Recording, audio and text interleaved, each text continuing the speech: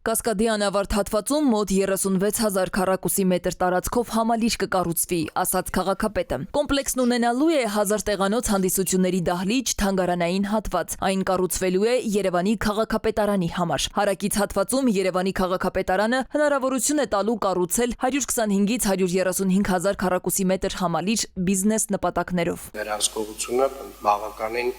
խրթին եւ խիստ է մեր կողմից դրված եւ շատ հուսով եմ, որ մենք մոտ 4-5 տարում արդեն վերջնական այդտեղ կունենանք ավարտական կասկադի նախագիծը։ Հաջորդիվ ավականու անդամների միջև տարաձայնություններն էին Լենինգրադյան փողոցը անվանափոխելու շուրջ։ Իշխանությունն առաջարկում է այս փողոցը վերանվանել ազգային հերոս Քրկ Քրքորյանի անունով։ Պնդում են Աջափնյակ եւ Մալաթիա Սեբաստիա վարչական շրջաններում գտնվող Լենինգրադյան փողոցը մինչև օրս խորհրդային անցյալը խորհրդանշող անվանում ունի, մինչդեռ նույնիսկ Ռուսաստանում այդ քաղաքն արդեն վերանվանվել է Սանկտ Պետերբուրգ։ Ընդդիմադիրները վստահ են, նախագիծը օրակարգ բերելու պատճառը այլ է։ Ամեն գնով Լենինգրադյանը վերացնել, ոչ թե Քրքորյանի անվան փողոց ունենալ մայրաքաղաքում։ Փորձեցին ճշտել, քանի բնակիչ է ապրում այդ փողոցում ու քանիսը պիտի փոփոխություններ անեն փաստաթղթերում։ Որքան գույքի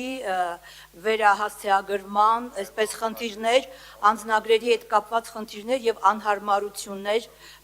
կարող են առաջանալ այս դեպքում։ Անձնագրերում, փաստաթղթերում անվանափոխման կարիք չի լինում մինչև այն պահը, երբ այդ բնակարանը չի վաճառվում։ Վաճառքի դեպքում է, երբ վկայական է փոխվելու, այդ ժամանակ է նոր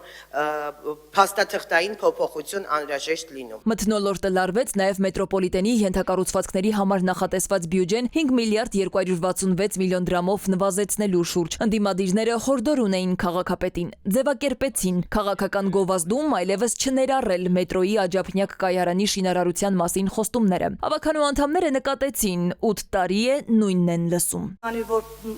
նախահաշվի պարզ փորձակնությունը եղել է հունիսի 9-ին եւ այս պահի դրությամբ նոր մրցութային փուլերն են պատրաստում շինարարության եւ ցեղասկողության, դրա համար ոչ այս պահին չենք հասցնի աշխատանքները անել դեկտեմբերի մինչեւ 25-ը, դրա համար պետական բյուջեն նվազեցրել է մետրոյի կայարանի շինարարական աշխատանքների